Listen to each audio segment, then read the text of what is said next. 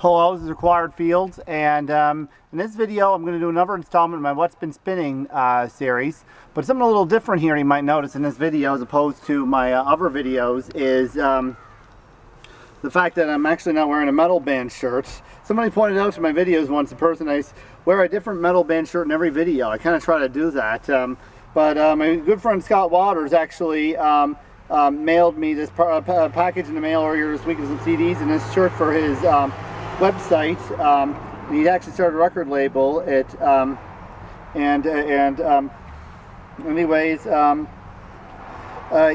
he sent me this in the mail, and I told him I promised him I'd wear it in one of my videos, and here it is. Anyways, now I'm going to get to what's in the video for what I've been spinning lately. This is Sanctuary, Into the Mirror Black. Now, Sanctuary is a U.S. power metal band who actually were formed in the 1980s, and they released two albums, Refuge Denied, and then the second one, Into the Mirror Black, in 1990. They disbanded in 1992, and then Nevermore was formed from the ashes of them. And Sanctuary did reform in the 2010s to put out a new album before disbanding again. World Dane passed away last year. I remember back when I was in Las Vegas, I saw a guy wearing a Sanctuary shirt, and it was the day after, because World Dane actually died when I actually was in Las Vegas, and then I just saw some guy in the following day wearing a Sanctuary shirt, and I complimented him on it, and he thanked me for it, and I brought up my YouTube channel to him. No idea if he ever watched any of my videos, but I did bring it up to him.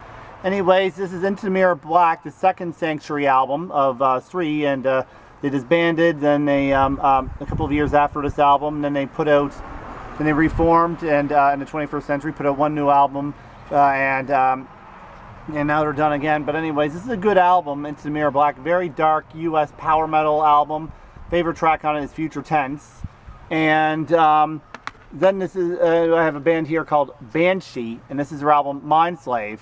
This is the album. This is one of the albums that Scott mailed to me, and Banshee formed in the 1980s as well, and they released their Cry in the Night EP in the late 1980s, a very solid U.S. Power metal type album. Then they actually got a major label attention, and while a lot of the album was not too far off from what they started off with, there's some more commercial sounding songs, like they kind of wanted to turn them into a, although I wouldn't call them a hair band per se, or would say they became a hair band with it. There are some very commercial sounding songs on it that seem to be like, they're kind of headed in that kind of direction. Although there are some aggressive speed metal songs and some U.S. power metal type songs on it too, but it has a little bit of a more commercial edge. And the band got dropped by their major label because I guess it didn't do as well as people had hoped. And they put out one more album independently, which is actually a little bit more commercial sounding, if I recall correctly, before disbanding in the early 1990s. They've since reformed, and they put out this album in 2012. And Scott's label, No Life Till Metal Records, he's put up a record label, is distributing this album. And this is for promotional use only version of it. Anyways, Banshee plays a more traditional style of metal, but they have some more updated groove metal type elements on this album. It still falls mainly in the groove metal category, but there are some traditional metal sounding parts to it. It's mostly more traditional metal, but there are some groove metal sounding parts to it, but more clean and vocals than, say, your typical groove metal bands like Machine Head, Chimera, and the like tend to have. It's definitely much more melodic musically as well, the groups like that. And I'm not really sure what band I'd compare this to stylistically, but it's mainly U.S. traditional metal type of sound. I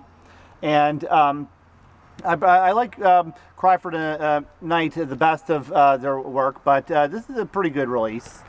And so I just want to say thank you, Scott, for sending it. And anyways, this is a band called Cyclone Temple, and the album is called I Hate Therefore I Am. The band is this album was released in 1991. The band is a thrash metal band from Chicago that has very much a Bay Area thrash style sound. I would actually say comparable to groups like 80s Metallica and Testament. The lead singer actually sounds like a cross. This is very different for a vocalist in this type of music. It sounds like a cross between, to me, it sounds like a cross between Chuck Billy of Testament and Lejean Witherspoon of Sevendust, although Sevendust didn't form until a number of years after this album initially came out in 1991. I actually mentioned that to some people, and they said they could kind of hear where I was coming from, which kind of interesting, because he does have that kind of vocal delivery to him. Like, imagine if Lejean Witherspoon was to have become a vocalist in a band like Metallica and Testament. He changed his vocal approach to be somewhat like the vocalist here, Brian Trock, or Troke. I don't know, I think it's pronounced Trock. I'm not sure if I'm right or wrong on that. But anyways, my favorite tracks in this album are the title track and Words Are Just Words, which was a single from the album. Although he kind of changed the single to make it a little bit shorter. Single's just about 4.5 minutes long, whereas a full track is over 7 minutes long. The band released an EP after this called Building Errors in the Machine, and then they released a full length called My Friend Lonely before disbanding, and they took a more groove metal type of approach on those albums. A lot of the thrash bands in the 90s went for the groove metal, or some people call it post-thrash kind of sound. Which is, well, I guess that's why groove metal is called post-thrash, because so many of the bands that actually played thrash at one point went more towards that type of sound, and it also because Pantera was considered to be the ultimate, the poster band for the groove metal sound. Around the same time they released their biggest album, Vulgar Display of Power, which kind of made it the popular style of metal to play. A lot of the thrash bands that had played thrash before that had broke up had band members that formed bands that are considered groove metal, or as some people call it, post-thrash, and bands that continued on, actually a lot of them ended up starting to play that type of sound. This is Manilla Road here, with Out of the Abyss. Now, some sad news happened in the metal news today when Mark Shelton of Manilla Road, it was revealed he had passed away from a heart attack at the age of 60. Very sad news, so I had to spin some Manilla Road today in his memory, and this is their album, Out of the Abyss, from 1988. Some people have called this a thrash metal album, but it still sounds like their epic metal type of sound with some more thrashy parts. It's the closest they came to being a full-blown proper thrash metal band now. Whitechapel has a main riff that sounds very reminiscent of Slayer, and Out of the Abyss is quite thrashy too, but there are some songs that but Manilla Road have had elements of almost all forms of metal in their sound at one point or another. Although their newer albums had said file under epic metal, which is a pretty apt description. But anyways, Out of the Abyss is a great album in the Manilla Road catalog. They were such an underrated band that never really got their due when they were initially together. They started getting more popular though when they actually started making new music again in the 2000s, and they're a very acclaimed cult outfit, and good to see them, having gotten a lot more recognition in later years that they never got when they were first around. Although part of it is because they didn't really tour too much initially, but they toured a lot more when they got back together. They didn't even play in Canada until the 2010s. And but anyways, Mark Shelton, you're going to be missed. Thank you for your contribution to metal. And finally, this is a band called Condition Critical, and this is their album Extermination Plan. This is one of the newer thrash metal bands. They've been called Demolition Hammer Jr.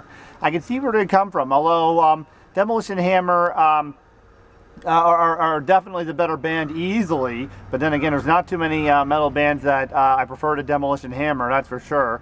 Condition Critical do a good job of what they do in playing an extreme type of thrash metal. They're a little less intense and brutal than Demolition Hammer, and a little more melodic. Okay, well, Demolition Hammer is a bit more melodic in their guitar solos, so that's the melodies there. Overall, definitely one of the most brutal thrash metal bands of all time. Condition Critical are a bit less brutal, but still pretty enjoyable release. Extermination Plan is the second album. I have yet to hear the debut, but I'll have to check it out for sure. And anyways, Scott Waters, thank you very much for this shirt. Anyways, I also want to thank everyone who was watching this video for watching it. Thank you very much. This is Required Field signing off, and goodbye.